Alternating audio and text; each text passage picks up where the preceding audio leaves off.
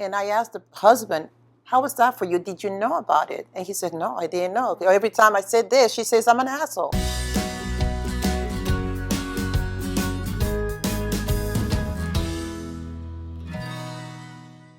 So all couples deal with conflict differently.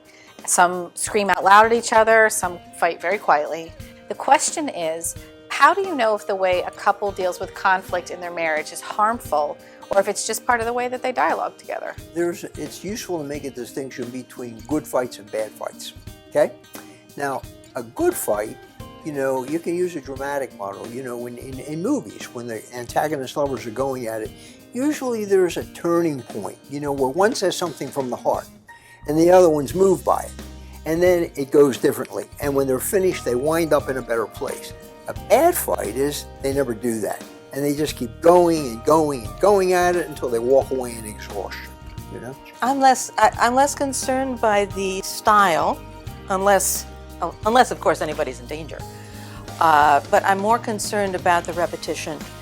That when people discover they have the same fight over and over and over again, and it never ends.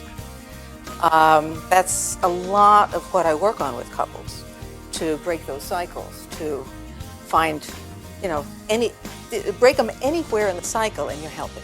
See, when they do that, I'm always inclined to ask them, where did you learn to do that?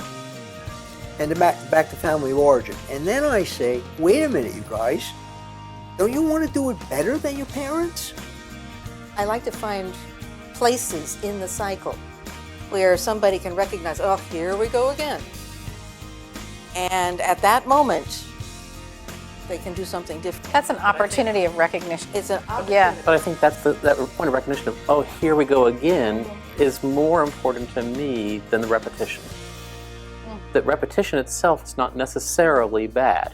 I mean, if I have a couple where one is Christian and one is Jewish, and they keep arguing about how are they raising the child, it is a constant matter of relating back to their faith basis and about what they're trying to do faith-wise for their child. So having that argument over and over again, if it's not an oh here we go again type of an argument, can still be a good type of thing for them to be engaging in as they continue to clarify.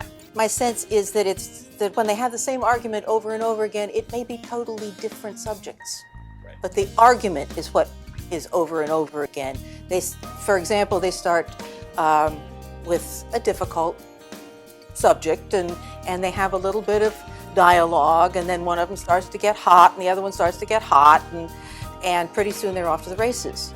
And it's that off to the races feel that says, okay, this is the old familiar argument, even if it's about something totally different. I don't spend much time looking into why they're arguing, what they're arguing about, and more about how they argue. If a couple's looking to self-identify, like if I'm a person watching this video and I have no idea if I need to be in therapy. So I think the first thing is how are they self-identifying it as whether it's a problem or not. So Okay. The largest category is going to be those that are saying we have a problem in the way we're arguing. Okay. If it's not, how do the arguments affect both parties? And is that really the way you want to be affecting your spouse and that you want to be affected by that? And if the answer to that's no, then there's also something wrong in the way you're arguing because you're creating something that you don't want as a result. I tell them to back off a little bit and express how you're feeling about what he's saying, rather than saying you're an asshole again, or you're hurting me, or whatever, you're insensitive. How would you say that? And so they start thinking, okay, when I hear those words, I feel so belittled.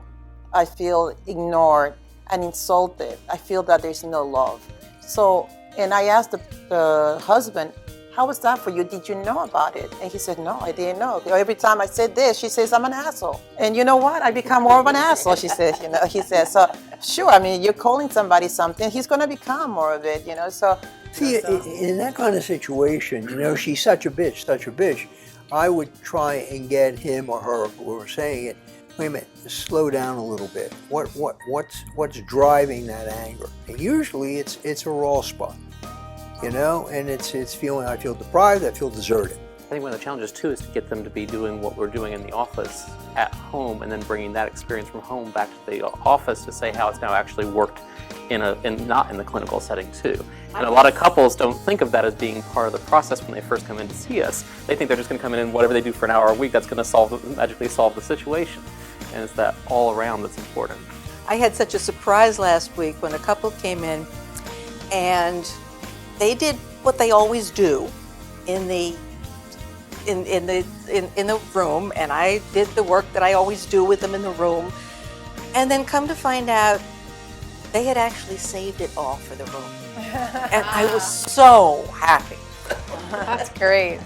So it sounds like when couples are having lots of conflict at home, the pointers to know if it's time for therapy is if it's bothering you that you're having the fights, and if you can't figure out a way to change that pattern, that's the big sign to, call up your local therapist and see if there's someone who can help you out. And by all means, slow down.